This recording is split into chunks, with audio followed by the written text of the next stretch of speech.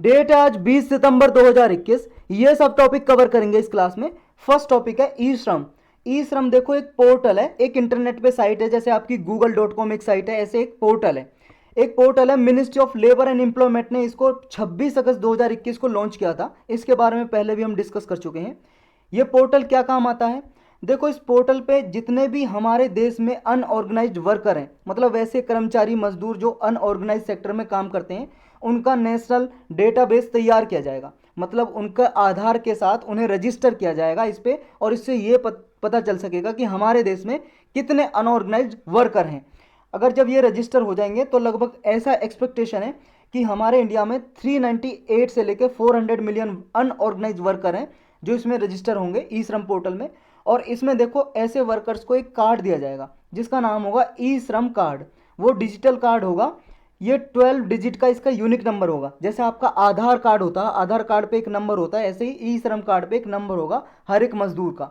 जो भी registered worker होगा उसको ये फायदा होगा रजिस्टर कराने से, उसको देखो एक तो जॉब लेने में आसानी होगी, अनऑर्गेनाइज सेक्टर में ही जॉब लेने में। दूसरा ये कि वो क्या है, अगर मान लो कहीं पे काम करता है किसी फैक्ट्री में या किसी कहीं पे घर पे, और उसकी डेथ हो जाती है या उसे परमानेंट डिसेबिलिटी हो जाती है, मान लो उसके दोनों हाथ टूट जाएं, दोनों पैर टूट जाएं, कुछ भी हो जाए, तो उसे 2 लाख रुपए का एक तरह से कवर किया जाएगा, इंश्योरेंस कवर 2 लाख रुपए दिए जाएंगे उसे। और अगर उसकी पार्शियल डिसेबिलिटी होती है, मान लो एक हाथ टूट गया, एक पैर टूट गया, तो उसे 1 लाख रुपए दिए जाएंगे, ये सरकार देगी। नेक्स्ट टॉपिक है एक्सरसाइज सूर्य किरण। देखो, एक मिलिट्री एक्सरसाइज है ये। कौन कौन सी मिलिट्री के बीच में होती है? इंडिया और नेपाल की मिलिट्री के बीच में एक जॉइंट मिलिट्री एक्सरसाइज है, ट्रेनिंग एक्सरसाइज। इसमें नेपाल की आर्मी और इंडिया की आर्मी पार्टिसिपेट करती हैं। और इस साल जो हो रही है ये यूके में, उत्तराखंड है जो हमारा, उसमें एक जगह है पिथौरागढ़, वहाँ पे कंडक्ट हो रही है। और ये बायोलेटरल एक्सरसाइज है क्योंकि दो कंट्री के बीच में होती है। एक दूसरे कंट्री के फ्रेंडली रिलेशनशिप को यह स्ट्रेंथन करती है, मतलब यानी कि जो ट्रेडिशनल फ्रेंडशिप है इंडिया और नेपाल के बीच में, उसको ये स्ट्रेंथन करेगी, मजबूत करेगी। देखो, लास्ट ईयर जो ये एक्सरसाइज हुई थी नेपाल में हुई थी 2019 में, और अब ये 2021 में हो रही है। नेक्स्ट टॉपिक है अपना वर्ल्ड पेशेंट सेफ्टी डे 2021। देखो, ये डे हर साल 17 सितंबर को मनाया जाता है। किस लिए मनाया जाता है? देखो, पेशेंट की सेफ्टी के लिए, जो मरीज होता है उसकी सुरक्षा के लिए, और लोगों में इंक्रीज करना है अवेयरनेस, पब्लिक एंगेजमेंट बढ़ाना है हेल्थ केयर सेफ्टी में, और पेशेंट की सेफ्टी को इंश्योर करना इसका मेन काम होता है। इस साल की जो थीम है वो है safe maternal and new born care. जो स्लोगन होता है इस डे का वो है act now for safe and respectful child birth. यानी कि जो भी बच्चों का जन्म होता है उनका सेफ होना चाहिए, सेफ डिलीवरी होनी चाहिए, इसका ये टारगेट है। हिस्ट्री क्या है इसके बारे में? देखो, ये जो लॉन्च किया था ये day, world patient safety day, ये वर्ल्ड हेल्थ असेंबली ने ये लॉन्च किया था। वर्ल्ड हेल्थ असेंबली, देखो वर्ल्ड हेल्थ ऑर्गेनाइजेशन का ही पार्ट है, उसने एक रिजोल्यूशन पास किया था वर्ल्ड हेल्थ ऑर्गेनाइजेशन ने, इस वर्ल्ड हेल्थ असेंबली ने, इसका ही पार्ट है वर्ल्ड हेल्थ ऑर्गेनाइजेशन का। तो इसने वर्ल्ड हेल्थ असेंबली 2.6 नाम का रिजोल्यूशन पास किया, और ये 2019 में global action on patient safety in 2019 में ये पास किया, और 17 सितंबर को एनुअली ऑब्जर्व करने का डिक्लेयर किया कि हर साल 17 सितंबर को वर्ल्ड पेशेंट सेफ्टी डे मनाया जाएगा। नेक्स्ट है Kushinagar airport declared as custom notified airport. देखो, कुशीनगर जो एयरपोर्ट है उसको, ये CBIC है, central board of indirect taxes and custom. ये देखो, जितने भी हमारे इनडायरेक्ट टैक्स होते हैं या कस्टम ड्यूटी होती है उनके लिए रूल्स रेगुलेशन ये बोर्ड बनाता है। जो भी मान लो हम इंपोर्ट एक्सपोर्ट करते हैं उसके लिए कितना टैक्स, ये गवर्नमेंट को रिकमेंडेशन करता है, ये बनाता है रूल्स वगैरह।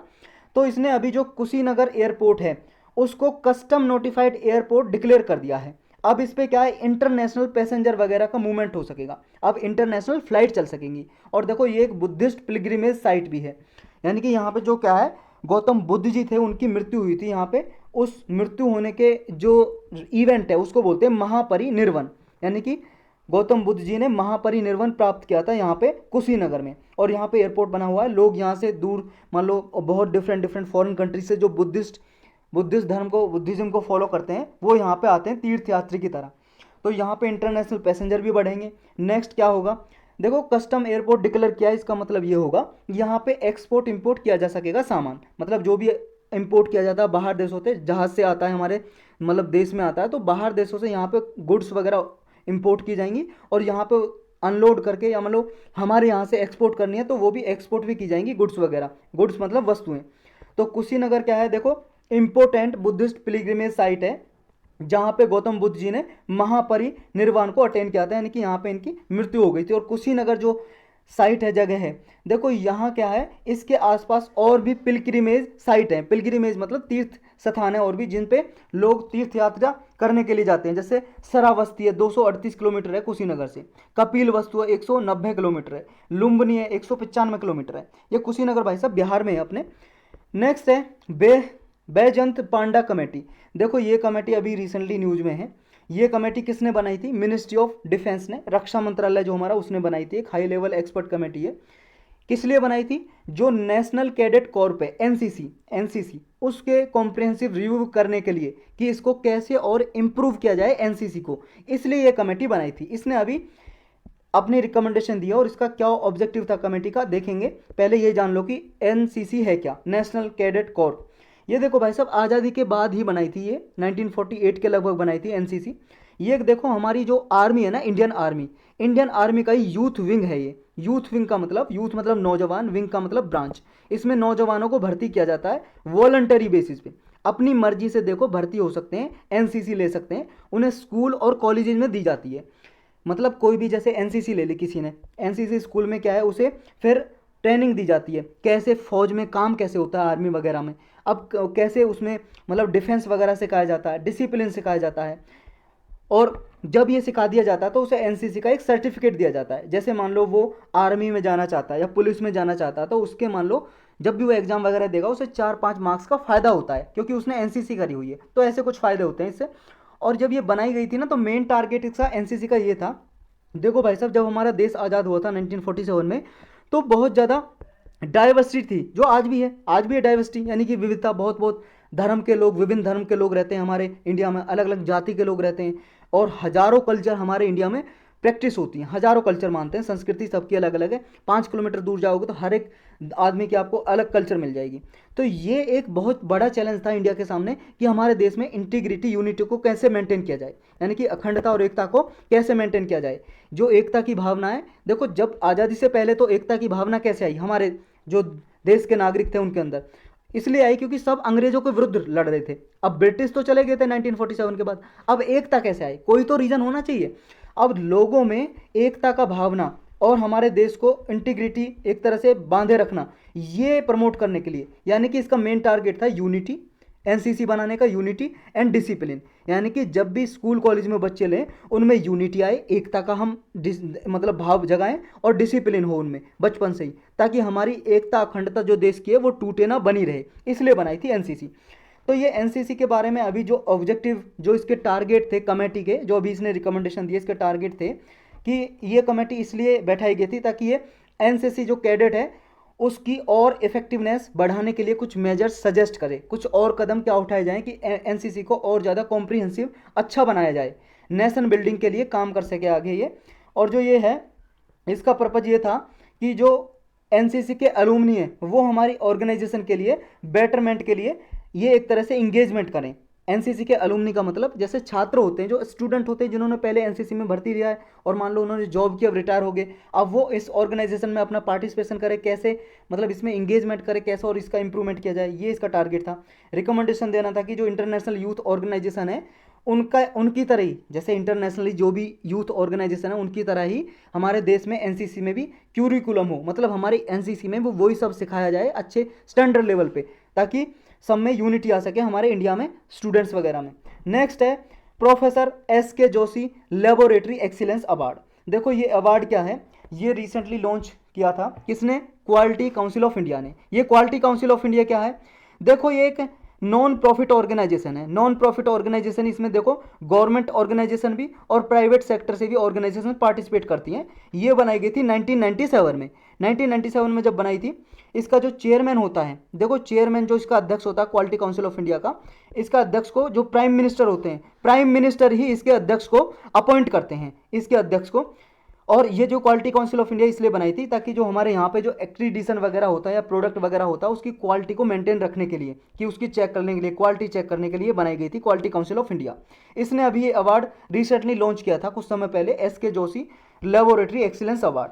ये हमारी कंट्री का फर्स्ट ऐसा अवार्ड है अपनी तरह का लेबोरेटरी एक्सीलेंस अवार्ड। ये अवार्ड इसलिए दिया जाता है, मान लो हमारी कंट्री में जो भी लेबोरेटरी लैब है, जैसे मान लो जो टेस्ट वगैरह करती हैं, मेडिकल वगैरह मतलब फैसिलिटी प्रोवाइड करती हैं, या फिर कोई और मटेरियल प्रोड्यूसर वगैरह हैं जो लोकेटेड है इंडिया में, तो ऐसी लेबोरेटरीज को ये अवार्ड दिया जाता है जो बेस्ट परफॉर्मेंस करती है हमारे इंडिया में।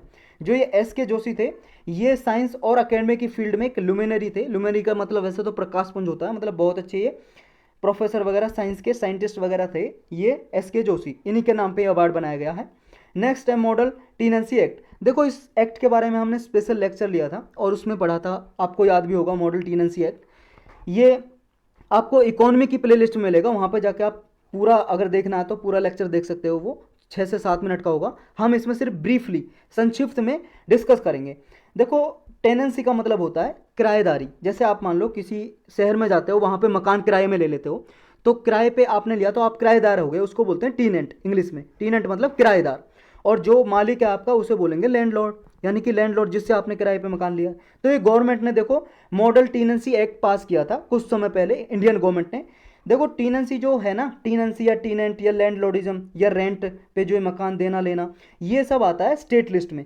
स्टेट लिस्ट का मतलब क्या होता है, देखो जो हमारा संविधान है उसमें 12 शेड्यूल दिए गए हैं, आप सबने पढ़ा होगा 12th शेड्यूल है। उस 12 शेड्यूल में हमारी जो 7th लिस्ट में, उसमें 3 लिस्ट दी गई है। 7th शेड्यूल में 3 लिस्ट दी गई है, उसमें स्टेट लिस्ट है, सेंट्रल लिस्ट है और कंकरेंट लिस्ट है।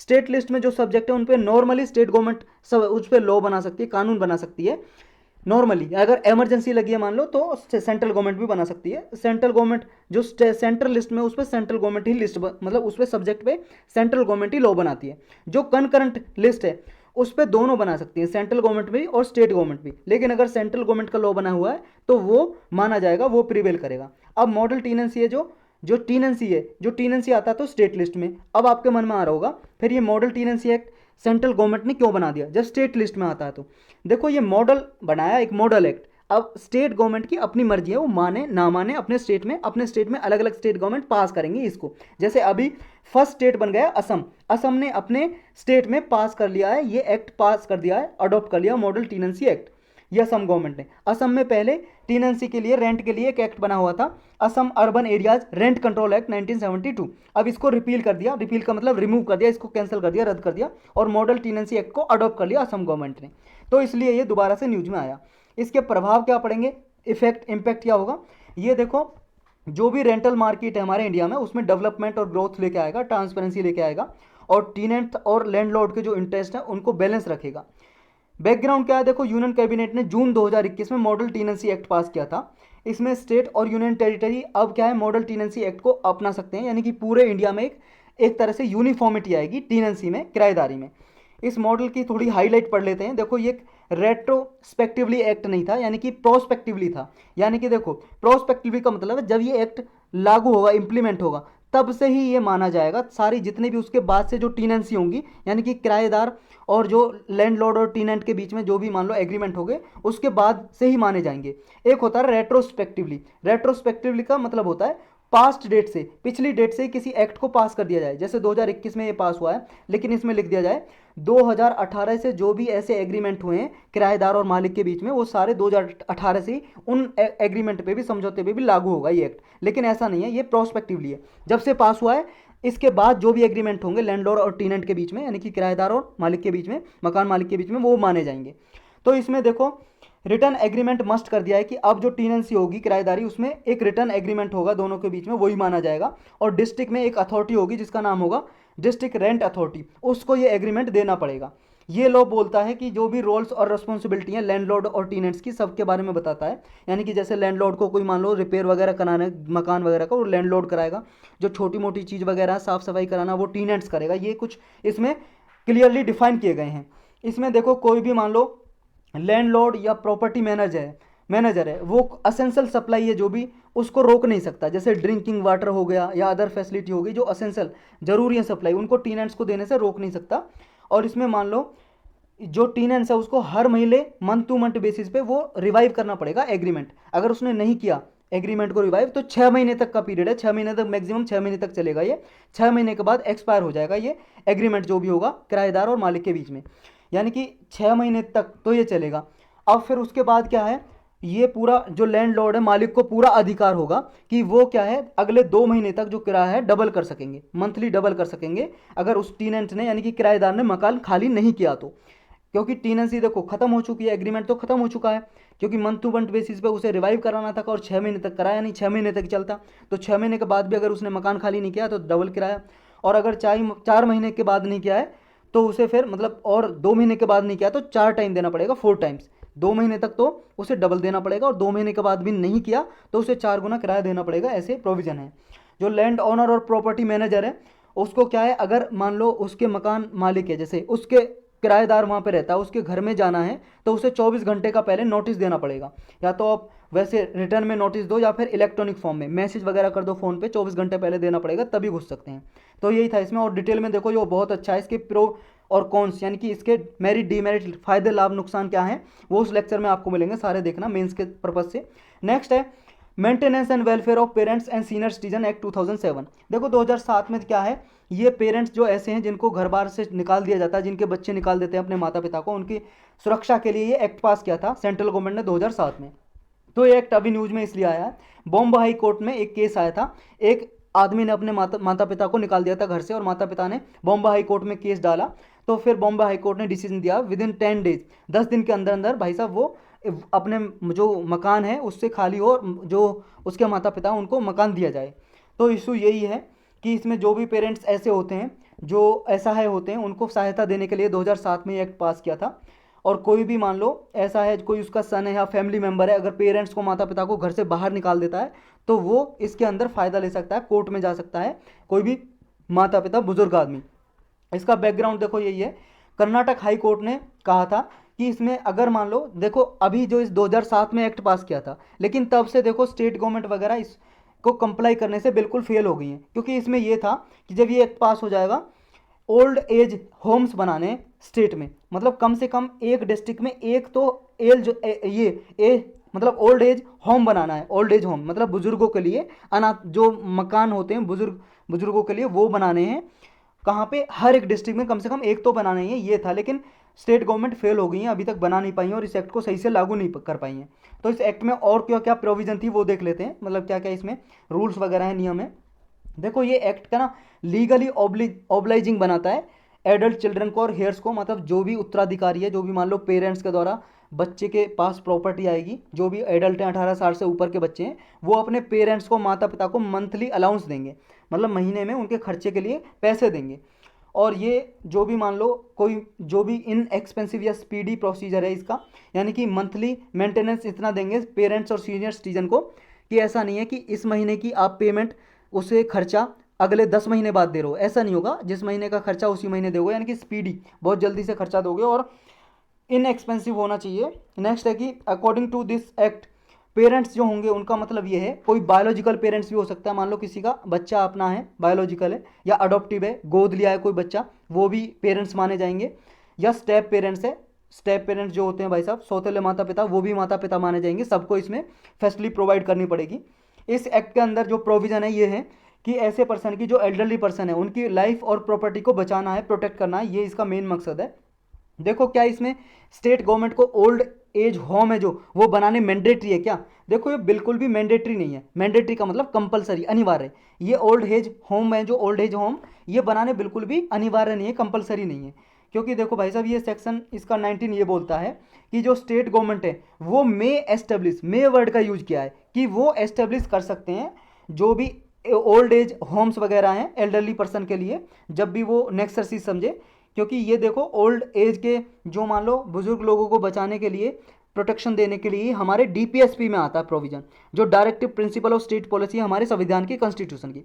और वो देखो इन्फोर्सेबल नहीं है कोर्ट में, यानी कि सीधा बंदा जैसे उनका वॉयलेशन हो रहा है तो कोर्ट में नहीं जा सकता। अगर गवर्नमेंट ने एक्ट बना दिया तब वो कोर्ट में जा सकता है। जैसे अभी एक्ट बना हुआ है 2007 का, तो ये इसका उल्लंघन हो रहा तो तब ये पेरेंट्स कोर्ट में गए थे। लेकिन जैसे ये है फंडामेंटल राइट, हमारे मौलिक अधिकार जो दिए हुए हैं हमारे पार्ट 3 में, पार्ट 3 में, हमारे कॉन्स्टिट्यूशन के पार्ट 3 में दिए हुए हैं, यानी कि 12 नंबर आर्टिकल से 35 तक। अगर इनका उल्लंघन होता है तो डायरेक्टली सुप्रीम कोर्ट या हाई कोर्ट में कोई भी पर्सन जा सकता है इनके अगेंस्ट, अगर फंडामेंटल राइट का विरुद्ध, मतलब एक तरह से वायलेशन हो रहा है, उनका उल्लंघन हो रहा है तो, क्योंकि इनके लिए भले ही गवर्नमेंट लॉ बनाए या ना बनाए तब भी जा सकता है, लेकिन डीपीएसपी को लागू करने के लिए गवर्नमेंट को कानून बनाना पड़ता है। तो डीपीएसपी के अंदर ये कानून बनाया गया था जो 2007 में मेंटेनेंस के लिए एक्ट बनाया था ओल्ड एज के पर्सन के लिए। तो ये हर एक डिस्ट्रिक्ट में देखो कम से कम इतना तो था कि एक डिस्ट्रिक्ट में कम से कम एक ओल्ड एज होम बनाएगी स्टेट गवर्नमेंट। तो स्टेट गवर्नमेंट क्या है, ये स्कीम के मैनेजमेंट के लिए कोई योजना भी बना सकती है ओल्ड एज पर्सन के लिए, मतलब जो भी बुजुर्ग पर्सन है उनके मैनेजमेंट के लिए कोई योजना भी बना सकती है, चला सकती है, उन्हें वेलफेयर, मतलब उनका वेलफेयर प्रोवाइड करने के लिए। यही था बस इसमें। नेक्स्ट टॉपिक है अपना संघीय कोऑपरेशन ऑर्गेनाइजेशन। देखो इसको ऑलरेडी वैसे हम अलग लेक्चर में डिस्कस कर चुके हैं, आप देखना चाहो तो देखो अदर इंपॉर्टेंट की प्लेलिस्ट है, उसमें संघीय कोऑपरेशन ऑर्गेनाइजेशन के बारे में क्या फ़ायदा है, क्या नुकसान है, कब बनी थी, कैसे, पूरा डिटेल में देख लेना। इसमें हम ब्रीफली डिस्कस करेंगे। इसमें देखो अभी न्यूज में इसलिए आई है, 21st मीटिंग हुई है संघीय कोऑपरेशन ऑर्गेनाइजेशन की काउंसिल की। इसमें जितने भी इसके मेंबर हैं 8 मेंबर, अब देखो 9 मेंबर हो गए इसके। वो अब जो 8 मेंबर थे वो अभी इनकी मीटिंग हुई, और मीटिंग 17 सितंबर 2021 को हुई दुशानबे, ये तजाकिस्तान में है, दुशानबे कैपिटल है तजाकिस्तान की। तजाकिस्तान कहाँ पे, देखो ये भाई साहब हिंदुस्तान अपना दिखाई दे रहा है, और ये इसको हिंदुस्तान के देखो चाइना, और चाइना से बॉर्डर लग रहा है तजाकिस्तान का, जो ग्रीन ग्रीन दिखाई दे रहा है आपको, ग्रीन बॉर्डर लग रहा है ये तजाकिस्तान का चाइना से। तो ये तजाकिस्तान में अभी दुशानबे में ये मीटिंग हुई थी, मीटिंग चेयर की थी, यानी कि इनके अध्यक्ष थे मीटिंग के इस साल के तजाकिस्तान के president HE Emomali Rahmon.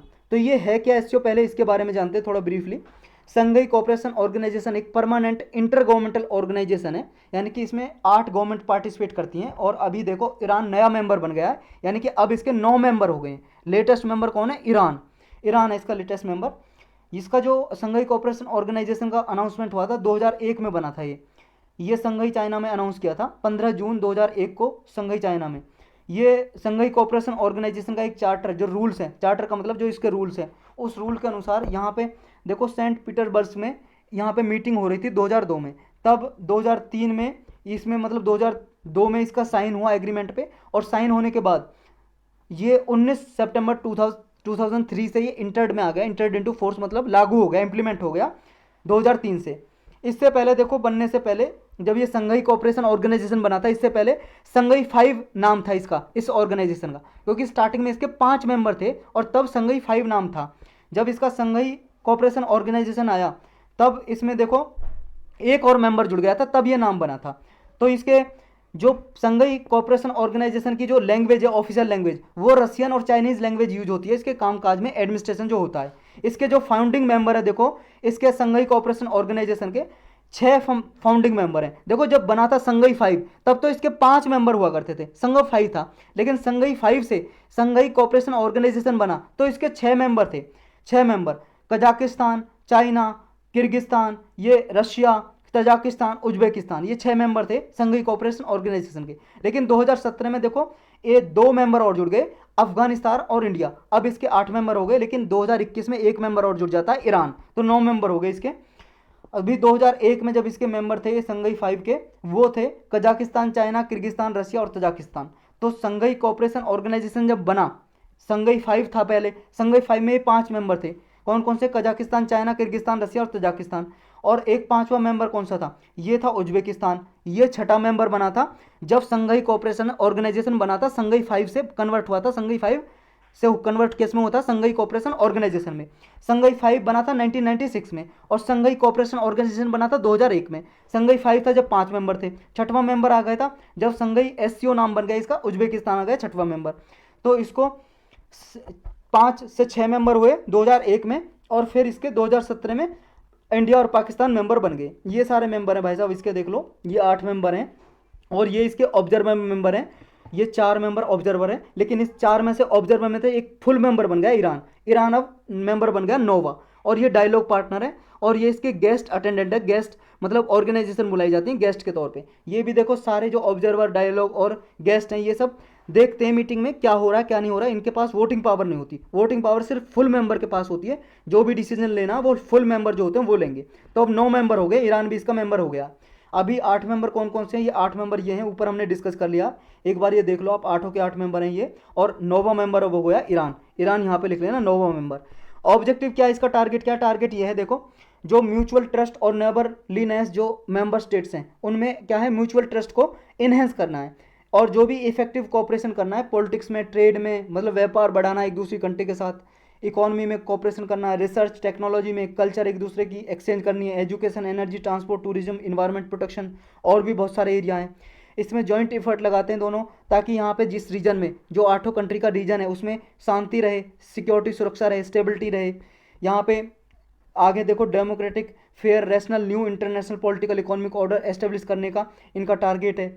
India के लिए क्या, क्यों महत्वपूर्ण है, इंडिया के लिए क्या सिग्निफिकेंस है, क्या इंपॉर्टेंस है संघीय कोऑपरेशन ऑर्गेनाइजेशन का। देखो इंडिया के लिए इसलिए है क्योंकि देखो यूरोपियन, जो यूरोशियन यानी कि यूरोपियन और एशियन, यूरोशियन में आ जाता है, यूरोप और एशिया के जो मेंबर हैं उनसे भी इकोनॉमिक्स और जियोपॉलिटिक्स में कोऑपरेशन बढ़ता है।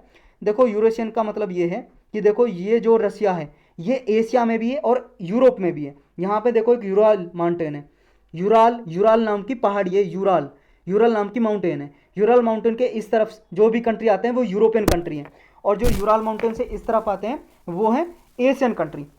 तो रसिया क्या है, दोनों में आता है, एशिया में भी और यूरेशिया में भी, इसलिए इसको यूरेशियन नेशन भी बोलते हैं, यूरेशियन। तो यूरेशियन कंट्री से इसका कॉपरेशन बढ़ता है इंडिया का। नेक्स्ट है कि एससीओ क्या है, पोटेंशियल प्लेटफॉर्म है इंडिया के लिए, क्योंकि सेंट्रल एशियन कंट्री से कनेक्ट करता है एशिया को। ये सारी कंट्री है भाई साहब जो इसमें, इससे कनेक्टिविटी होती है। अफगानिस्तान से, अब तो ईरान भी हो गया, पाकिस्तान, तजाकिस्तान, किर्गिस्तान, और ये उज्बेकिस्तान भी है, और ये कजाकिस्तान और रसिया, इनसे कनेक्टिविटी बढ़ती है। नेक्स्ट है देखो, अब आप सबको पता है तालिबान का रूल आ गया है अफगानिस्तान में, तो अफगानिस्तान में स्टेबलाइज करने के लिए, यानी कि अफगानिस्तान भी है इसमें, और ईरान भी है इसमें, और पाकिस्तान भी है, और चाइना भी है। तो ये एक इकलौता प्लेटफॉर्म है जो अफगानिस्तान, पाकिस्तान और देखो चाइना, ईरान से ये इंडिया एक साथ मीटिंग कर सकता है एक प्लेटफॉर्म पे। तो इंडिया के लिए इसलिए इंपॉर्टेंट है ये, इसलिए हमारे लेक्चर में भी सिर्फ इतना ही था बस।